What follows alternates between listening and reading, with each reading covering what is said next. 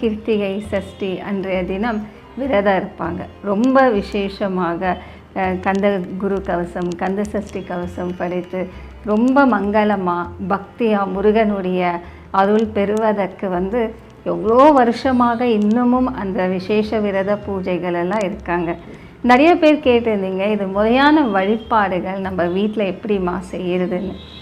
பொதுவாக கிருத்திகை சஷ்டி நீங்கள் விரதம் இருக்கலாம். ஸோ காலையில் ஸ்நானம் செய்யணும். ஸ்நானம் செஞ்சுட்டு மஞ்சள் கயிறு எப்போவுமே நான் சொல்லியிருக்கேன், நீங்கள் விரதம் இருந்தீங்கன்னா மஞ்சள் கயிறு கையில் கட்டிக்கங்க, ரொம்ப நல்லது. பிறகு காலையில் வீடெல்லாம் சுத்தம் பண்ணிவிடுங்க. விக்கிரகம் இப்போ வீட்டில் முருகன் விக்கிரகம் இருக்குது, வேல் இருக்குது அப்படின்னா கண்டிப்பாக அபிஷேகம் செய்யுங்க. ஸோ வீடெல்லாம் சுத்தம் செஞ்சுட்டு சுவாமியாரை சுத்தம் செஞ்சுடுங்க. முருகன் ஃபோட்டோவுக்கு நீங்கள் அலங்காரம் செய்யுங்க, பூவால் அலங்காரம் செய்யுங்க. நெய்வேத்தியம்